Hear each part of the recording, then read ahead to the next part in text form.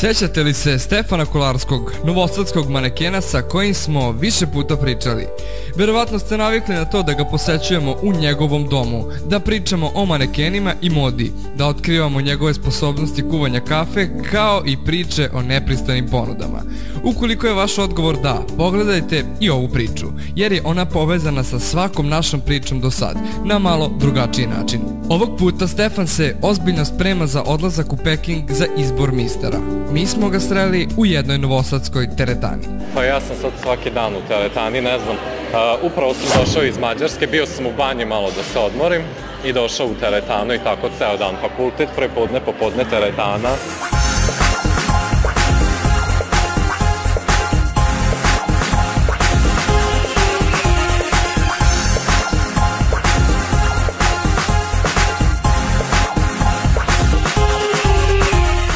Stefanov prijatelj Milovan jako puno očekuje od njega. On tvrdi da je Stefan ono što svetu treba. A šta vi mislite o tome?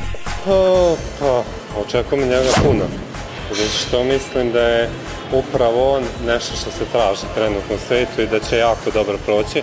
Sad sve zavisi od sudije ljudi koji će tamo da komanduje time. Ja sam odlučio da se pripremim onako ozbiljno, ne znam, da se dobro pokažem, predstavim našu zemlju, a Milovan je moj kolega, prijatelj i onda smo tu zajedno u teretani, kad je on tu treniramo zajedno svakodnevno.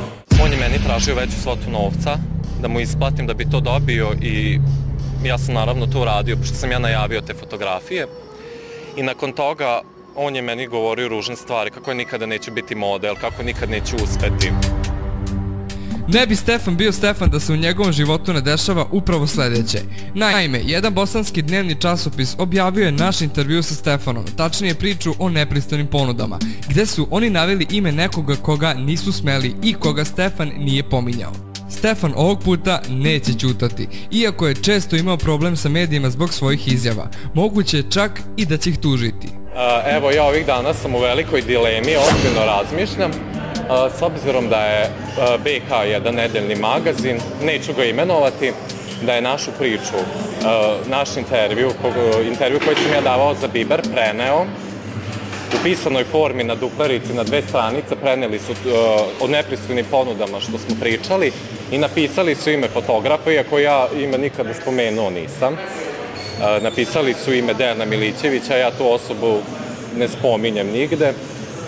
I tako da razmišljam ozbiljno da ih tužim, stvarno ne znam. Nikada nisam razmišljao o tome da se bavim time tužbama medija, ali izgleda da ću ovog puta biti prinuđen.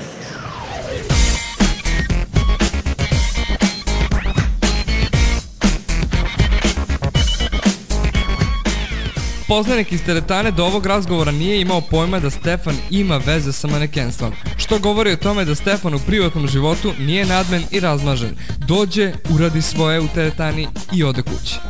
Pa nije razmažen, ovako obično je povučen, ne pričam puno sa ljudima, on kad dođe uradi svoj deo posla, nikog ništa ne pita, ne zanima ga ništa, uradi svoje i nevidljiv je. Ali nikad, evo, sad sam tek saznao da je mister, eto koliko ja znam o njemu, mislim, vidim ga stalno, vežba, ali ne komunicira sa ljudima i to je dobro što je on povučen s jedne strane, znači nikad ne bi rekao da je on mister.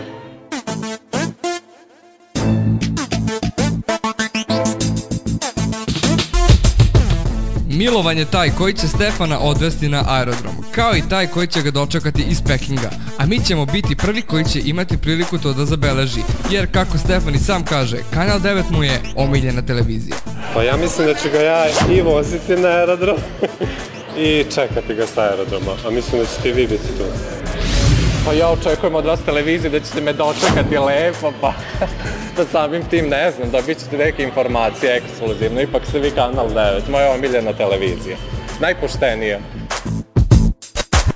Da li će Stefan osvojiti titulu mistera, ne znamo. Da li će Stefanu teretana pomoći u svemu tome? Možda. Ali ono što sigurno znamo je da šta god bude, mi ćemo biti prvi koji će to da zabeleži.